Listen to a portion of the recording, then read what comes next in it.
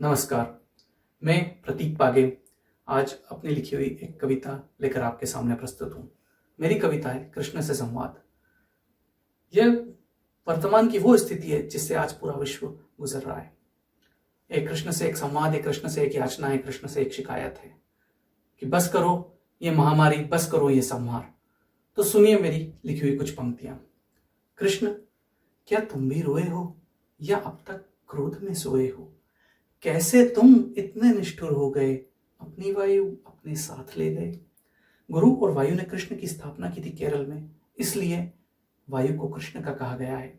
और आप सब जानते हैं कि कैसे इस महामारी में ऑक्सीजन की समाप्ति हो गई भारत से। इसलिए मैं कृष्ण से कहना चाहता हूं, कैसे तुम इतने निष्ठुर हो गए, अपनी वायु अपने साथ ले गए।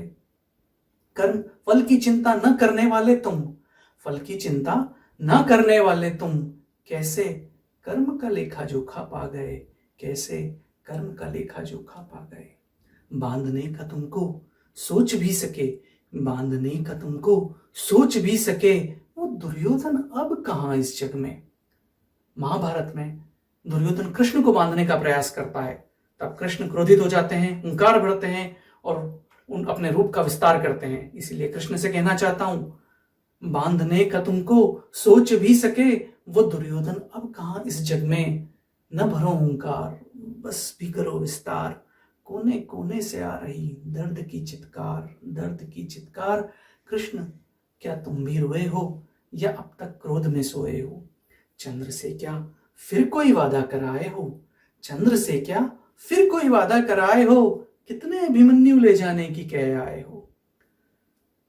अभिमन्यु चंद्र के पुत्र का अवतार थे और कृष्ण चाहते तो अभिमन्यु को बचा सकते थे, लेकिन एक वादा था चंद्र से कि उम्र के 16वें साल के बाद अभिमन्यु फिर चंद्र के पास आएंगे। इसलिए एक सवाल है कृष्ण से, चंद्र से क्या फिर कोई वादा कराए हो? कितने अभिमन्यु ले जाने की कह आए हो गई हो जो गिनती पूरी, हो गई हो जो गिनती पूरी, इतना बता दो चक्रव्यूह जो तोड़े, वो अर्जुन कहाँ छोड़ आए हो, वो अर्जुन कहाँ छोड़ आए हो।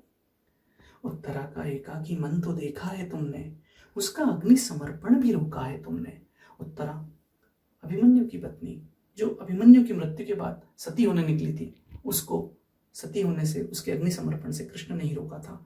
आज कई उत्तराएं अपनी अभिमन्यु को खो चुकी है, इसलिए कृष्ण से फिर आह्वान करना चाहता हूं, उत्तरा का एकाकी मन तो देखा है तुमने, उसका अग्नि समर्पण भी रोका है तुमने।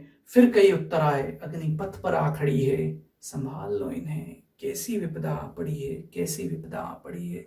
कृष्ण, क्या तुम भी रोए हो या अब तक क्रोध में सोए हो? कितने बच्चे अनाथ हो गए इस कोरोना महामारी में, कितने बच्चों के सर से उनके माँ बाप का साया उठ गया।